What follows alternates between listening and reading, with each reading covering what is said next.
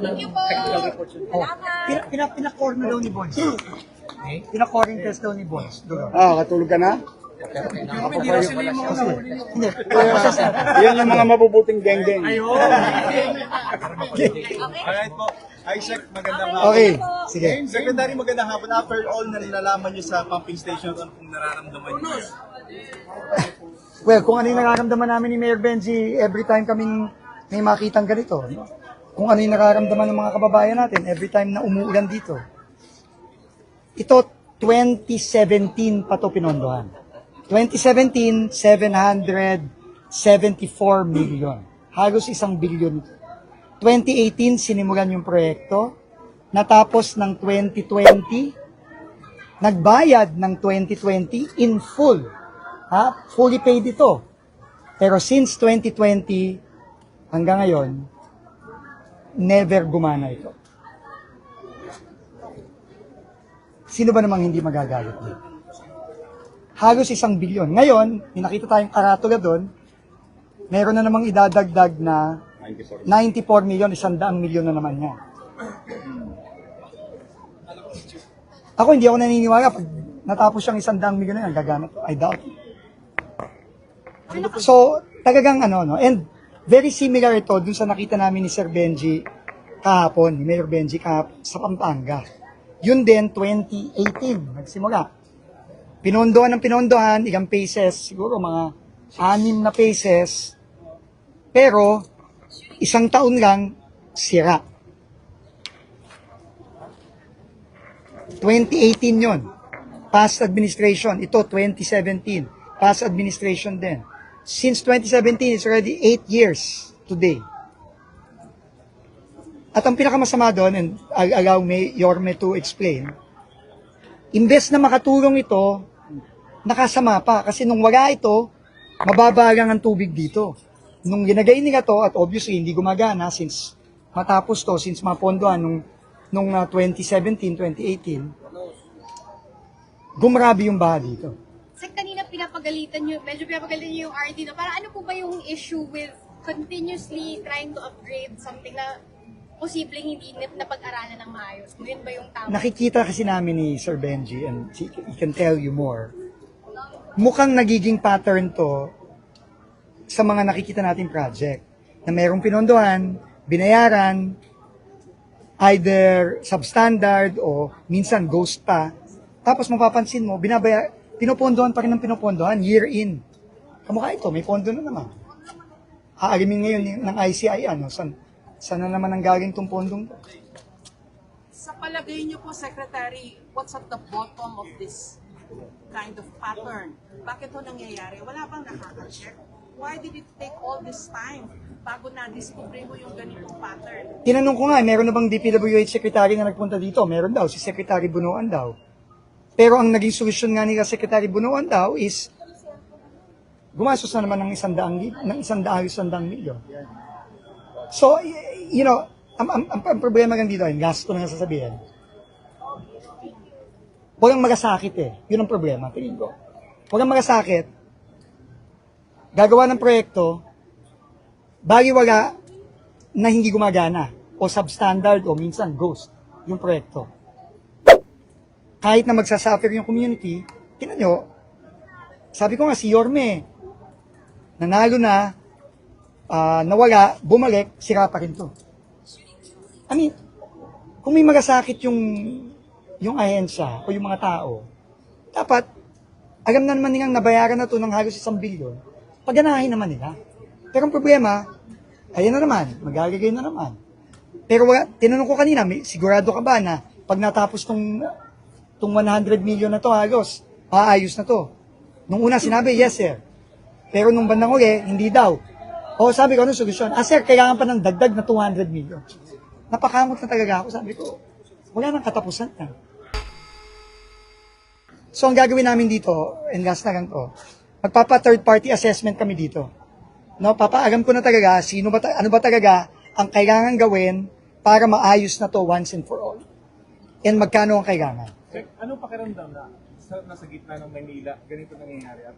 Nakakagalit talaga. Yun din naman ang nakita ng ICI, ni Sir Benji sa Quezon City.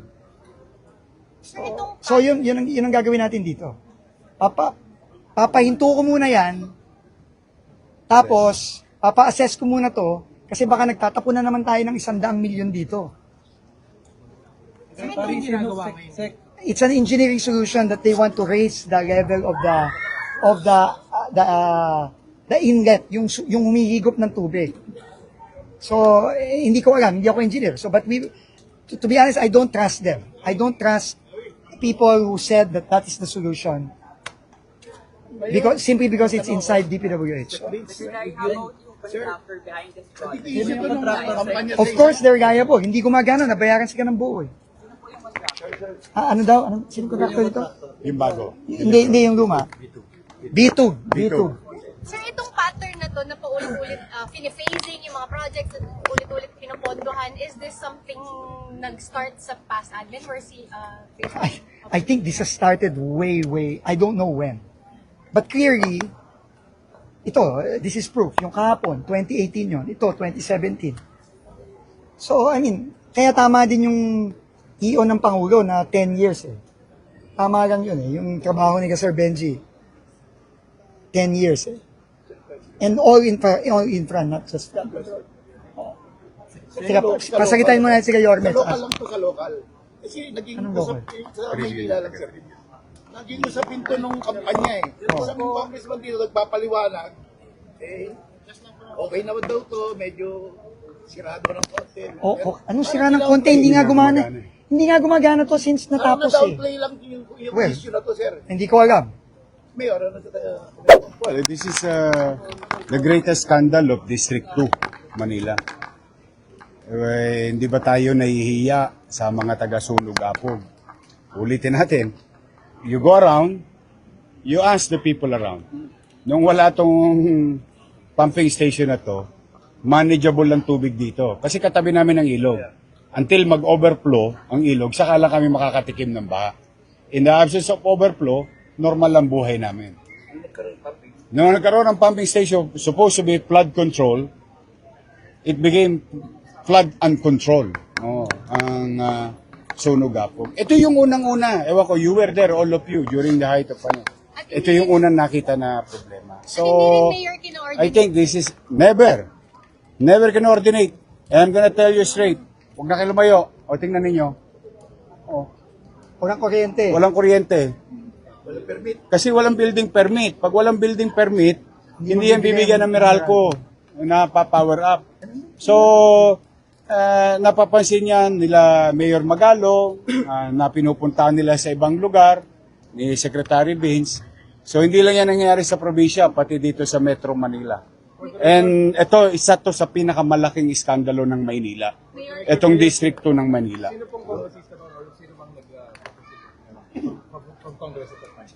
Ngayon, dalawa yan. Noong una, Lopez. After ng Lopez, Roland Valeriano na hanggang ngayon. So, the remainders of the 8 years from, kailan ba election? 19. 19. 3 years. The 22, 25, 3 years. 6 years. 6 years. Ngayon, 25, 28. Ayun, yung kasalukuyang congressman dito. I mean, I'm not saying he's at fault. But as far as the pattern is concerned, with regard to congressional insertion, discretion, and lobbying or pooling resources from the respective district out of the NEP, out of the GAA, is congressman ang gumagawa. Maliwanag naman na yun eh. I mean, by this time, wala naman nang makakatanggi ron. But setting aside that, yun yung point ni Secretary na baka naman kung po pwede, once and for all, magkonsulta kayo sa third party, patakbuhin nyo to, at kung po pwede, huwag na kayo mag-phase 1, phase 2. Ang dami ng phase, ang kakapala ng mga mukha ng mga kumita rito eh. Let's address the problem because the people of Sunog Apog is paying the price. Tomorrow, we're gonna suffer again because there is an possible typhoon. And the day after that, maybe a week after that, there is another one in town. So, sa akin, ako, pinakikisuyo kila Sec Vince at sa DPWH family na kung po pwede, sabihin na yung solusyon kay Secretary, magkano kakailanganin kaysa ataduhin nyo ng ataduhin, 94 ng 94, wala namang mangyayari. So once and for all, umaapila naman kami bilang lokal na pamahalaan sa national government. Mayor, yung kawalan ng permit, ito lang ba or marami din? Lahat. Kaya nga pinaghahabol ko lahat eh. Kita mo, nagbayad nga sila ng buwis. Ang dami. Minsan nga, di ba, nakachamba pa ako Sabado ng hapon. Nag-iikot ako. Berimon, naglilinis ng truck nila sa ibabaw ng tulay only to find out, uy, may flood control project pala doon sa ilalim ng tulay. Alam mo, anyway, moving forward, way forward. I always wanted to, after this incident, way forward tayo. Sundin natin yung panawagan ni Pangulo na itong mga national government agency project, kailangan humingi ng kaukulang, kooperasyon at permiso sa lokal. Nang sa ganon, hindi naman namin ituturo ang daliri namin sa nakaraan. Nakakapagod na magturo eh. I think tao, pagod na rin eh. Kaya kanina nakita niyo yung attitude ko, tinatanong ko yung RD, magkano? Kasi nandito na si sekretaryo eh. Pero sabi ni sekretaryo, teka, kung magkano, tatakbo ba? Walang assurance. Sabi ni sekretaryo, paano nyo muna? Pakonsulta nyo muna sa third party. Para naman, paglabas namin dito, pag nakaharap ko yung mga taga Maynila, kung manatag kayo, aayusin na ni Secretary Vince Dizon. Ngayon, yung meron pang pananagutan, bahala na si Mayor Magalong at 10 ng kanyang mga kasama. Kasi yung pananagutan, hindi naman pwedeng ikubli na yun. Basta sa amin, hopefully, matapos na ito para sa mga taga-Sunog at taga Maynila. Mayor Benji, sino po pwedeng, ibilang pananagutan ko, sino po ba pwede yung ipatawag ng ICI regarding this? Here in Manila, or ano po yung mga pieces of evidence po? Unang-una, magkakaroon tayo ng technical at fraud audit dito. Dahil very peculiar to, gagamit tayo ng isang third party. Hindi namin kaya ito. Kasi kakaiba to eh. Technical mo siya. Highly technical ito. Tapos kahit na ayusin, assuming na maayos ito, kailangan investigahan pa rin namin. Kailangan managot yung dapat managot. Sinong pwede ipatawag? For hearing, for interview? Marami. Unang-una, siyempre yung DPWH, paano ginawa yung design, titingnan din namin, ano ba yung basis nila, bakit nila ginawa to, may hydrological study ba?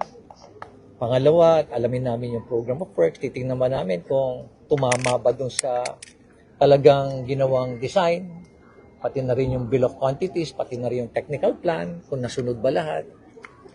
Titingnan din namin yung kakayahan ng contractor. Bakit nagawa niyang 3.5, bakit 4? Siyempre, explain lahat yan. So marami kaming tatawagin dito. Pati din ba, sir, possible ba parang mga higher officials from past admin, lalo na nabanggit po na 2017, 2018 pa? Ay, oo naman. So, every time naman na nag-interview kami, may mga lumalabas ng mga pangalan. Siyempre, susundan namin lahat yun. Tatanungin namin sila. Secretary, pasok pa po ba ito sa warranty para may mga backdrop? Para po yung pag-asin? Aagamin ko kasi matagal na. 5 years pa, aagamin ko. Importanteng tanong yun. Aagamin ko kung pasok ba sa warranty ito. Sa flood control na structure kasi 5 years. No? Hindi ko alam sa ganito kung ilang taon ng warranty ito. Pero importante dito, never kasi nang gumana to eh. Never, tinurn over, binayaran ng buo, never gumana. Ang MMDA ayaw tanggapin to. Kasi nga, hindi gumagana. So, kailangan talaga managot dito. And I'm happy na papatawag ng ICI yung previous administrations dito. Kasi kailangan natin malaman. Okay? Last 2 questions? Okay na. We're good. Thank you. Thank you so much, guys.